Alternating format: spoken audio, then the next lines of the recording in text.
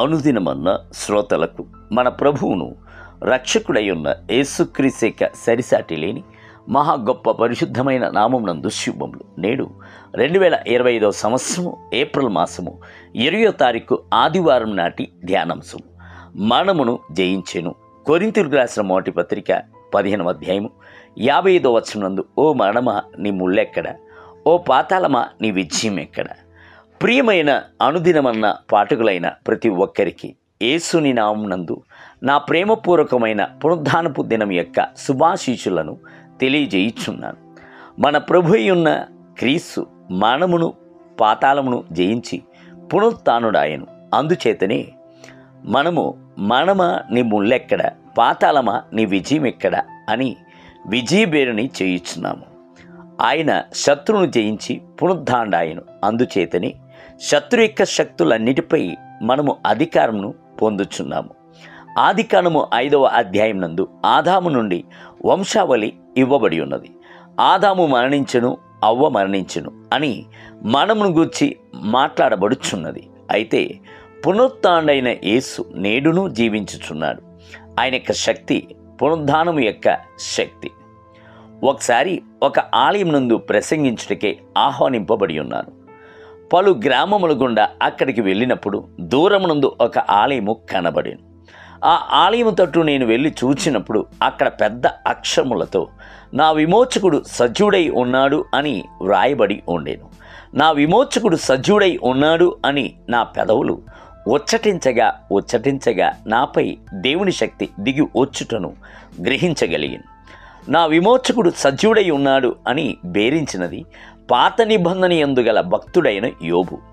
యోబు వలె అతి భయంకరమైన శ్రమల గుండా వెళ్ళిన మరి ఎట్టి పరిశుద్ధుడైనను బైబిల్ గ్రంథమునందు చూడలేము.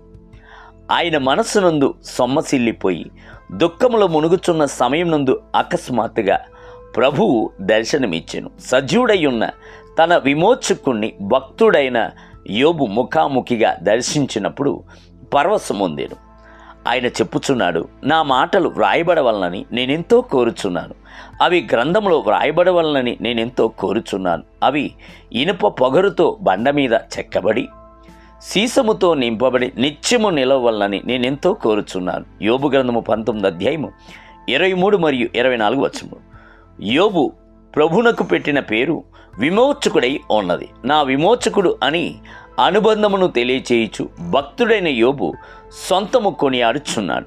విమోచకుడు అను పదమునకు విమోచించువాడు, కాపాడుచున్నవాడు, భద్రపరచువాడు, రక్షించువాడు అనుట అర్థమునై ఉన్నది.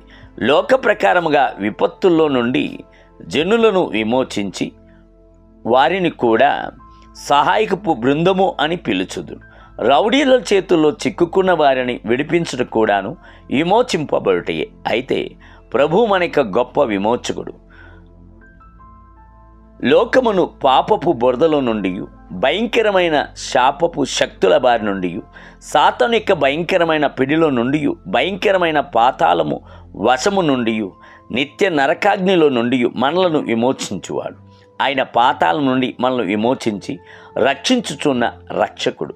వ్యాధి బారి నుండి విమోచించి పరమ వైద్యుడు. శాపం నుండి విమోచించి మనలను ఆస్వాదించువాడు. దేవుని బిళ్ళారా, నశించు శక్తులు గల శక్తులు అనేకములు కలవు. అయితే జీవింపజేయు శక్తి గలవాడు ఒక్కడు మాత్రమే కలడు.